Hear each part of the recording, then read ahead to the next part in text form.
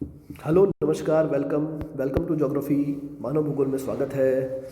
इससे पहले हम लोगों ने मानवीय अधिवासों को पढ़ रहे हैं, ग्रामीण अधिवास कर लिए, नगरीय अधिवासों की बात कर रहे हैं। नगरीय अधिवासों की उत्पत्ति के लिए जो विशेष कारक काम करते हैं, उत्पत्ति के जो फैक्टर्स हैं, उनके बारे में चर्चा कर रहे हैं। उन चर्चा के में जो है हम लोगों ने इससे पहले कुछ 2-3 बिंदुओं के बारे में बात करी है, जैसे कि व्यापारिक मार्ग एक ऐसा फैक्टर है जिसके सहारे नगरीय अधिवास विकसित होते हैं। उसके बाद हमने बात करी थी नेविगेबल रिवर्स की, जो सरिताएं हैं, नदी हैं जिन पर नावें चल सकती, वो भी एक बड़ा फैक्टर होता है किसी भी क्षेत्र में नगरीय अधिवासों के विकसित होने का। और तीसरा जो हमने बात करी थी वो करी थी समुद्री मार्ग के विषय में बात की थी। सी वेज भी एक फैक्टर है जिसने विश्व के बड़े बड़े नगरों को सागरीय तटों पर, महासागरीय तटों पर स्थापित किया है। तो इन्हीं फैक्टर्स के बारे में चर्चा करते करते आज हम चौथे फैक्टर के बारे में बात करेंगे, प्लेस ऑफ ट्रांसशिपमेंट की, या वाहन अंतरण के स्थानों की। ये क्या है? थोड़ा टेक्निकल वर्ड लग रहा है, लेकिन इसमें समझने वाली बात सिर्फ इतनी है कि ऐसे चौराहे, ऐसे क्षेत्र जहाँ पर चारों ओर से वाहन आ रहे हैं, जहाज आ रहे हैं, रेलगाड़ियाँ आ रही है, या कोई भी स्थिति हो रही है, तो उस क्षेत्र में जहाँ चारों तरफ से आते हैं वो क्रॉस रोड कहलाते हैं। वो शहर क्या कहलाते हैं? क्रॉस रोड, एक तरह का चौराहा कहलाते हैं। ये देखिए, आप सिंगापुर की स्थिति देखिए इस नक्शे के अंदर। सिंगापुर की जब आप स्थिति देखते हैं तो ये वाली जो रेड लाइन में बना रहा हूँ, ये है हमारा भारत। और इस भारत में यहाँ है कोलकाता, इधर देखिए यहाँ पर है बैंकॉक, इधर है, और यहाँ हम लोग देखेंगे जकार्ता, सुमात्रा, और ये सारे के सारे हैं। परंतु ये बीच में जो ये डॉट बना रहा हूँ मैं, ये देखिए काला गहरा सा, ये है सिंगापुर। सिंगापुर एक देश है, एक शहर जैसा ही एक देश है। सिंगापुर की राजधानी भी सिंगापुर ही है। विश्व का सबसे ज़्यादा नगरीयकृत देश है ये। यहाँ की 99% पॉपुलेशन नगरों में निवास करती है, क्योंकि वो उस शहर का क्षेत्रफल ही उतना है कि पूरा नगर ही है जहाँ पे वो टोटल पॉपुलेशन निवास कर रही है। अब इस शहर की आप लोकेशन देखिएगा कि सिंगापुर में ये देखिए मलक्का जल संधि, इधर से ये वाली जल संधि भारत, और नीचे ये वाला रोड अफ्रीका, और अफ्रीका होते हुए यूरोप, और ये वाला रोड जा रहा है, और ये वाला जो रूट जा रहा है, ये जा रहा है इधर ऑस्ट्रेलिया की तरफ, और यहाँ पर ये देखिए ये जाएगा फिलीपींस की तरफ, और ये वाला रास्ता जा रहा है जापान की तरफ। वहीं ये रास्ता दक्षिणी पूर्वी एशियाई राष्ट्र जो है, हिंद चीन जो प्रायद्वीप है, उसकी तरफ जा रहा है। तो ये सिंगापुर की लोकेशन कैसी होगी? सिंगापुर की एक ऐसी सेंटर लोकेशन है कि सभी तरफ जाने वाले रास्ते, सभी तरफ से आने वाले रास्ते ये यहाँ मिलते हैं। तो ये एक ऐसी लोकेशन है जहाँ पर एक अच्छा शहर विकसित हो जाए अगर, तो जितने भी ये आने जाने वाले रूट हैं, जितने भी ये लोग जो व्यापारी लोग हैं, इनके लिए एक ऐसी डेस्टिनेशन डेवलप हो जाएगी जो इन्हें अनेक प्रकार की आवश्यक सुविधाएं मुहैया करा सकती है। तो ऐसे जंक्शंस पर भी शहरों का निर्माण होता है। ये देखिए इसमें लिखा हुआ है कि सागरीय तटों और नदी के किनारों पर जहाँ जहाज़ों से माल उतारने और लादने का कार्य किया जाता है, ऐसे क्षेत्रों पर भी नगरों का विकास होता है। अनेक बार किसी भी स्थान की भौगोलिक परिस्थिति परिवहन के साधनों के बदलाव के लिए बाध्यकारी होती है।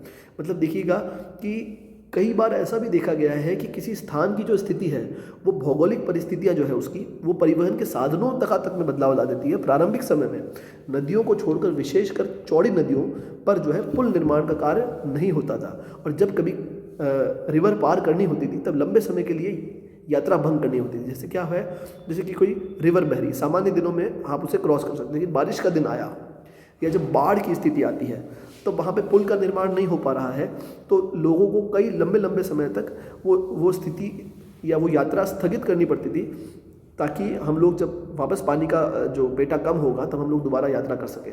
लेकिन अब देखिएगा आप कि सामान्यतः जैसे जैसे समय बीता, अब रिवर्स पर पुल बनने लग गए, आवागमन के लिए रूट हो गया। ये एक रिवर बह रही है और इसके ऊपर एक पुल का निर्माण हो गया। पुल के दोनों तरफ ही शहर विकसित हो गए, क्योंकि जो यहाँ से आएगा और जो यहाँ से जाएगा, इन दोनों के लिए कुछ ना कुछ आवश्यक सुविधाएं इन्हें मुहैया करानी है, तो वहाँ पर भी शहरों का निर्माण हो गया। तो शहरों के निर्माण के लिए ये भी एक बहुत इम्पॉर्टेंट कारक है। फिर हम लोग देखेंगे कि आज के अधिकांश बड़े नगर जो है ना, वो ब्रिज टाउन्स कहलाते हैं, मतलब सेतु नगर है। इसी प्रकार के पुल का निर्माण करें। जैसे आप लंदन की बात कर लें, आप पेरिस की बात कर लें, सिंगापुर का मैंने आपको एग्जांपल दे दिया, सिंगापुर की बात करें, वियना की बात करें, बुडापेस्ट की बात करें, ऑर्लियंस की बात करें, फ्रैंकफर्ट की बात करें, ये सारे के सारे क्षेत्र इसी प्रकार के हैं जो कि एक क्षेत्र को दूसरे क्षेत्र से जोड़ने वाले जंक्शन के रूप में काम करते हैं। भारत में भी अगर हम लोग बात करेंगे तो श्रीनगर है, सूरत है, हावड़ा है, ये सभी के सभी एक प्रकार के सेतु नगर के रूप में कार्य कर रहे हैं। फिर हम लोग बात करें माउंटेन क्रॉसिंग की या पर्वत पारगमन की। एक पर्वत, जैसे आपको एक क्षेत्र से दूसरे क्षेत्र में जाना है, परंतु जाने के लिए मार्ग इतना सुगम नहीं है, रास्ते में विशाल पर्वत है, तो ऐसे क्षेत्रों में लोग वहाँ से जाते हैं जहाँ से जाने का कोई हमें रास्ता मिल जाए, और वहाँ से, क्योंकि अब आप देखिएगा जैसे कि ये कोई जगह है, ये कोई पर्वत है और किसी व्यक्ति को यहाँ से यहाँ जाना है, तो उसके लिए सिर्फ और सिर्फ ये 2 रास्ते हैं जहाँ से वो जा सकता है और कहीं से नहीं जा सकता। अब यहाँ का व्यक्ति, यहाँ का व्यक्ति, यहाँ का व्यक्ति, यहाँ का, हर जगह का व्यक्ति यहाँ से जाएगा। आवागमन वाला जो रूट है वो ये डेवलप हो जाता है। अधिकांश लोग यहाँ से जाएंगे तो यहाँ पर आने जाने वालों की, क्रॉसिंग करने वालों की, जिसे हम लोग बोलते हैं माउंटेन क्रॉसिंग करने वालों की संख्या बढ़ जाती है, और शहरों के निर्माण भी ऐसी जगहों पर होते हैं। देखिएगा, यात्री हैं, व्यापारी हैं, पर्यटक हैं, इन सभी को पर्वतों को पार करने की आवश्यकता पड़ती है, जिसका कि नगरीकरण में सहयोग मिलता है। पर्वत के निचले वाले भागों में पर्वतीय दर्रों के निकट परिवहन के साधन में परिवर्तन करना पड़ता है, और इस प्रकार से परिवर्तन देखा जाता है। फिर हम लोग बात करते हैं इसी के अंदर, जैसे कि पेशावर है, अफ़गानिस्तान में काबुल है, भारत में पठानकोट है, जम्मू है, कालका है, कराकोरम है, हल्द्वानी है, सिलीगुड़ी है, ये सारे के सारे, जैसे अर्जेंटीना में साल्टा है, चिली में सेंटियागो है, सेंटियागो जो आपका एंडीज पर्वतमाला है, उसी के माउंटेन क्रॉसिंग के अंदर के ऊपर जो है सेंटियागो बसा हुआ है, स्विट्ज़रलैंड है। ये सारे के सारे जो एग्जांपल मैंने आपको दे रहा हूँ शहरों के, ये सारे के सारे वो एग्जांपल हैं जो कि शहरीकरण जहाँ पर हुआ है वो माउंटेन क्रॉसिंग वाले जो जंक्शंस हैं वहाँ पर हुआ है इनका। क्लियर बात है। फिर हम लोग बात करते हैं कि जैसे कि पर्वत एक अवरोध है, उसी प्रकार से मरुस्थलों के अंदर भी इस प्रकार के अवरोध देखने को मिलते हैं, जहाँ पर मरुद्यानों नगरों का विकास होता है। ऐसे नगर जो मरुस्थल में भी आपको उस प्रकार की आवश्यक सुविधाएं मुहैया करा दें जिस प्रकार की आपको आवश्यकता होती है। जैसे कि आप यूएसए के अंदर देखेंगे, यूएसए के पश्चिमी किनारे पर जहाँ कैलिफोर्निया है, वहाँ पर आप देखेंगे कि लॉस एंजलिस है, लॉस वेगस है, ये लॉस वेगस वगैरह वहाँ के सोनोरान का जो मरुस्थल है उसमें आप चलते जाइए कई सैकड़ों किलोमीटर तक आपको कुछ भी नहीं दिखता है, लेकिन एक समय के बाद एक शहर आता है लॉस वेगस है या लॉस एंजलिस है, जो आपको तमाम तरीके की आवश्यक सेवाएं सुविधाएं मुहैया कराता है। इसी प्रकार के और भी कई सारे एग्जाम्पल हैं, जैसे कि मैंने आपको इस वाले एग्जाम्पल आपको पहले भी दिए थे, ये वाले, जैसे कि समरकंद है, मदीना है, तुम्माहुन है, अलहे है। फिर इसमें कई सारी, ये सारे के सारे नगर वो नगर हैं जो कि कहीं ना कहीं मरुस्थलीय क्षेत्रों में आपको वो सुविधा मुहैया कराते हैं और इनके नगरीकरण को विकसित करने का कार्य करते हैं। अब हम लोग बात करते हैं अगर नदी के मुहाने की या एस्चुरी की, जहाँ पर भी नगरों का निर्माण होता है। बेसिकली जो सागरीय जलयान हैं वो हमेशा वही रुकते हैं जहाँ पर नदी का मुहाना उन्हें प्रोवाइड होता है। बेसिकली इस प्रकार के जो स्थान होंगे ये पश्चिमी यूरोप में ज़्यादातर पाए जाते हैं, जहाँ पर रिवर अपना मुहाना बनाती है और ज्वारनद मुख बनाती है। लंदन इसी प्रकार का एक शहर है, और हैम्बर्ग है, बाल्टीमोर है, फिलाडेल्फिया है, ये सारे के सारे इसी प्रकार के उदाहरण हैं। लंदन किस शहर के किस रिवर के, नदी के तट पर है, बताइएगा कमेंट सेक्शन में। और ये भी बताइएगा मुझे कि लंदन और फ्रांस की राजधानी पेरिस, इन दोनों के बीच में, या यूँ कहें कि लंदन और फ्रांस के इंग्लैंड और फ्रांस के बीच में क्या कोई जल संधि है, जल डमरू मध्य है? अगर है तो उसका नाम भी आप मुझे नीचे कमेंट सेक्शन में बताइएगा। फिर एक और अलग फैक्टर आता है बंदरगाह। बंदरगाह तो आपको सबको पता ही है कि बंदरगाह पर स्थित अनेक शहर हैं। हमारे सामने ही कई सारे एग्जाम्पल मिल सकते हैं। गुजरात के कई सारे शहर हैं, महाराष्ट्र के कई सारे शहर हैं, मुंबई अपने आप में एक इस प्रकार का शहर है, विशाखापत्तनम अपने आप में एक इस प्रकार का शहर है। बंदरगाहों को नगरीकरण के लिए अनेक सुविधाएं वैसे भी मिलती है, चाहे वो विश्व व्यापार में हो, अंतर्राष्ट्रीय मार्ग उपलब्ध कराने की बात हो, या फिर शिपयार्ड्स बनाने की बात हो, या फिर वहाँ पर सामान उतारना और चढ़ाने की सारी सुविधा हो। ये सारी की सारी इकोनॉमिक एक्टिविटी इस प्रकार की एक्टिविटी है जो कहीं ना कहीं शहरीकरण को बढ़ावा देती है। बंदरगाहों की स्थिति जहाँ सागरीय और देश के आंतरिक भागों के अलावा इन्हीं के साथ साथ स्थल मार्गों का भी निर्माण होता है। जैसे कि ये कोई बंदरगाह है जिसे हम लोग जिब्राल्टर कह रहे हैं, जो कि जिब्राल्टर की जल संधि से अलग हो रहा है, तो यहाँ से स्पेन के अंदर भी आप देखिएगा कई सारे रोड मार्ग भी इससे मिले हुए होंगे। और भी कई सारे देश हैं, जैसे जापान की राजधानी टोक्यो भी इस प्रकार की बंदरगाह का उदाहरण है। रियो डी जेनेरियो ब्राज़ील के अंदर बंदरगाह का उदाहरण है। सिकंदरिया अलेक्जेंड्रिया का मैंने अभी आपको एग्जांपल दिया, मिस्र के अंदर नील नदी के मुहाने पर भूमध्य सागर के तट पर स्थित एक शहर है सिकंदरिया। ये है मुंबई, जिसका मैंने आपको एग्जांपल दिया था। मुंबई, चेन्नई और कोलकाता, ये सारे के सारे वो उदाहरण हैं जो औपनिवेशिक काल से ही भारत में एक विशाल नगर के रूप में विकसित हो रखे हैं। और इसके विकसित होने में सबसे बड़ा उदाहरण और सबसे बड़ा कारण यही है कि यहाँ पर हार्बर्स हैं, प्राकृतिक पतन है, बंदरगाह है। फिर हम लोग बात करते हैं संसाधन संपन्न स्थानों की। ऐसे स्थान जहाँ पर संसाधन प्रचुर मात्रा में, संपन्न मात्रा में उपलब्ध है, वो स्थान भी नगरों के रूप में विकसित होंगे। इसका उदाहरण आप देख लीजिए, जिसे आप टाटा नगर कहते हैं, साकची कहते हैं, जमशेदपुर की हम लोग बात कर रहे हैं। ये वो स्थान है जहाँ पर आपको प्राकृतिक संसाधन प्रचुर मात्रा में उपलब्ध हुए हैं। एक ऐसी आपको एनवायरमेंटल कंडीशन मिली है कि आप वहाँ पे इंडस्ट्री डेवलप कर सकें, तो वहाँ पर भी नगरीकरण होगा, नगरों का विकास होगा। गुजरात के अधिकांश नगर भी इसी स्थिति के अंदर डेवलप हुए हैं। और भारत में भी जो नगर स्थल भाग के अंदर हैं, तटीय सहारों के नहीं लेकिन स्थल भाग के अंदर हैं, उस सभी के सभी संसाधन संपन्न क्षेत्रों पर या उसके आसपास की सुविधाओं पर ही स्थित होते हैं। ये देखिएगा अब आप कि इसके संबंध में अगर मैं आपसे बात करूं तो मरुस्थलों में, टुंड्रा क्षेत्रों में और अनेक क्षेत्रों में भी लोग आज भी रुचि ले रहे हैं। क्यों रुचि ले रहे हैं? क्योंकि यहाँ पर अब हमें सोना मिलता है, चांदी मिलती है, तांबा मिलता है, मूल्यवान पत्थर मिलते हैं। आप देखिएगा ऑस्ट्रेलिया का जो पश्चिमी हिस्सा है, जो कि पूर्ण रूप से रेगिस्तानी है, मरुस्थलीय हिस्सा है, जहाँ पर आपको कहीं दूर दूर तक पानी नहीं मिलता, लेकिन वहाँ पे पार्थ शहर स्थित है। वहाँ पर आपको कुलगाड़ी की खान मिलती है। और वहाँ पर भी आपको वहाँ पर भी पश्चिमी हिस्से में भी काफ़ी मात्रा में शहर डेवलप हुए मिल जाएंगे, क्योंकि वहाँ पर सोने की खान है, वहाँ पर संसाधन संपन्न क्षेत्र है। वो कनाडा में डाउन सिटी को देख लीजिए, पोर्ट रेडियम को देख लीजिए। ऑस्ट्रेलिया की बात मैंने आपको अभी बता ही दी है। साइबेरिया के अंदर येनिसी नदी के ऊपर स्थित शहरों को देख लीजिए। ये सारे के सारे स्थित शहर जो हैं, अब आप देखिएगा जब आप रूस में जाते हैं तो यूराल पर्वतमाला के पूर्वी क्षेत्र पर आप लोग देखिए पर्म, उफा, कुइबिसेव, येक्टेरिनबर्ग, मैग्नेटोगोर्स्क, ओर्स्क, कुजनेत्स्की है। ये सारे के सारे वो शहर हैं जहाँ पर कहीं ना कहीं लोहा मिलता है, कहीं ना कहीं कोयला मिलता है। और ये कहीं ना कहीं पूरी तरीके से इंडस्ट्री को एक्सेलरेट करने के लिए, इंडस्ट्री को डेवलप करने के लिए बहुत आवश्यक संसाधन है।